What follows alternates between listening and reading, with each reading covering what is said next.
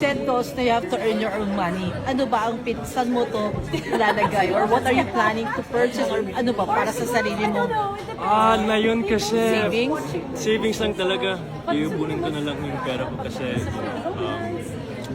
in this job din naman, di mo alam kung anong mangyayari. So, savings muna talaga. Habang bata pa ako, habang nagtatrabaho ako, gusto kong mag-save.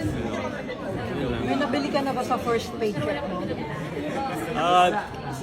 Dati nung nasa high school ako, yung first paycheck ko ng sa commercial, puro mga bagay lang, mga sapatos, gano'n.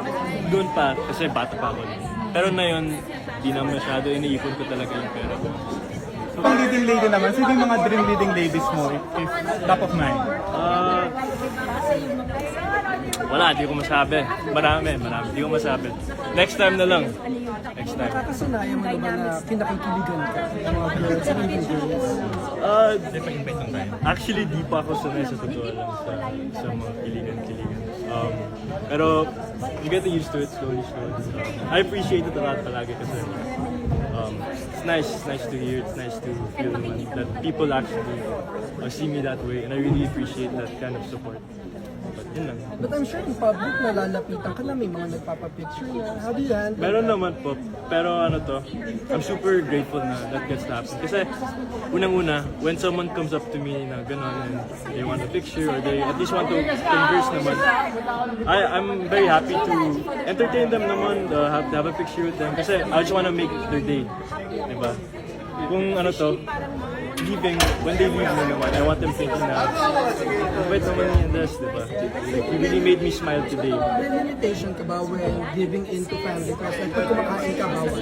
When you're talking to your family, bawal. Or kung pwede, wag. May ganun ka. Sorry, Paul? Meron ka bang limitation when it comes to accommodating your fans? Like, kasi yung iba, di ba, ayaw magpa-picture pag kumakain naman ako. Or yung iba, when they're out with your family, private time. Ikaw ba may ganun ka? No naman po. Basta when they ask me or when they come up to me, they're always nice talaga. I haven't had a moment na may bastos or whatever. They're really always nice. So, respectful din. And you always say yes to request? Always. Ano ko na linawin mo na rin, how true na nag-date, nakalabas ka, nakapag-date ka, and yung dated lady. Anong totoo na?